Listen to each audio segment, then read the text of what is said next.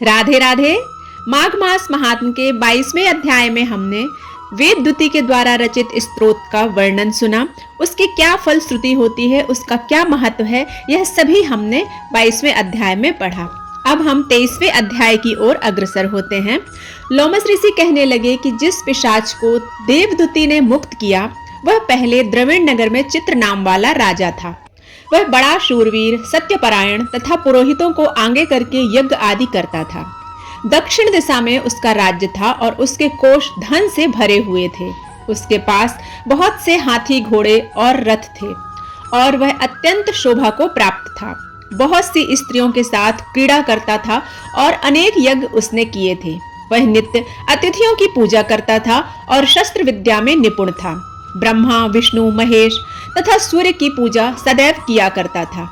एक बार वह पाखंडियों के मंदिर में गया और वेदहीन, भस्म लगाए महात्मा बने हुए पाखंडियों से उस राजा की बातचीत हुई। पाखंडियों ने कहा कि हे राजन, शैव धर्म की महिमा सुनो। इस धर्म के प्रभाव से मनुष्य पाप को काटकर मुक्त हो जाता है। सभी वर्णों में शैव मत ही मुक्ति देने वाला है। शिव की आज्ञा के बिना दान, यज्ञ और तपों से कुछ नहीं बनता।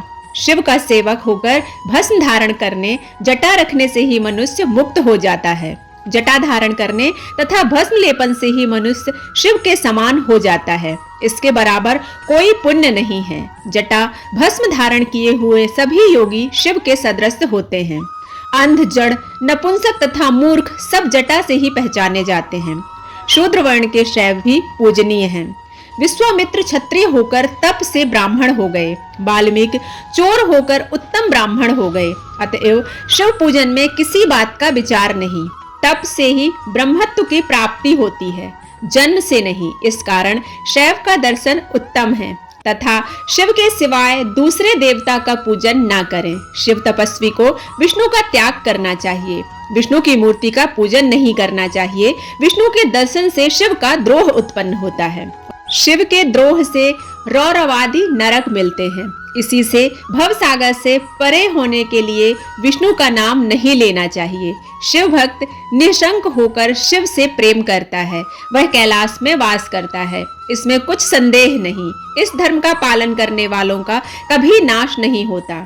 ऐसे पाखंडी के ऐसे वचन सुनकर राजा ने मोह में आकर उनका धर्म ग्रहण कर लिया और वैदिक धर्म को त्याग दिया। वह श्रुति, स्मृति और ब्राह्मणों की निंदा करने लगा। उसने अपने घर के अग्निहोत्र को बुझा दिया और धर्म के कार्य बंद कर दिए। विष्णु की निंदा, वैष्णवों से द्वेष करने लगा और बोला, कहाँ है विष्णु? कहाँ देखा जाता है? कहाँ रहता है? किसने देखा है?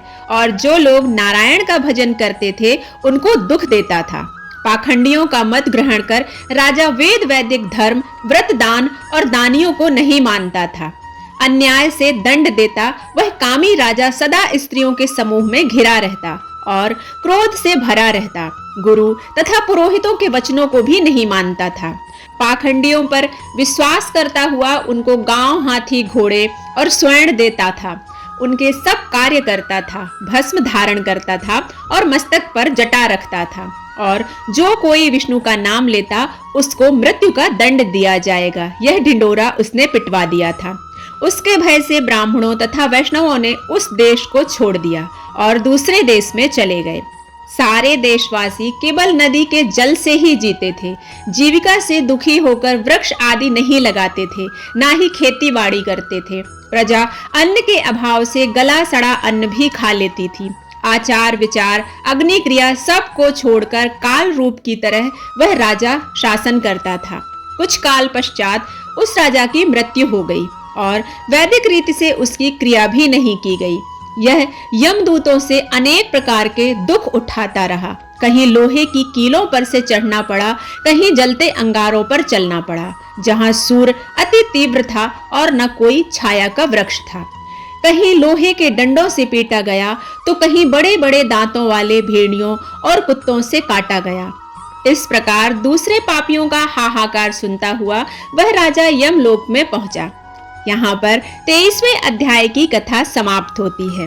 अगर आपको यह वीडियो अच्छा लगता है तो आप इसे लाइक करें, शेयर करें और सब्सक्राइब करना बिल्कुल ना भूलें। मिलते हैं 24वें अध्याय में, तब तक के लिए राधे राधे।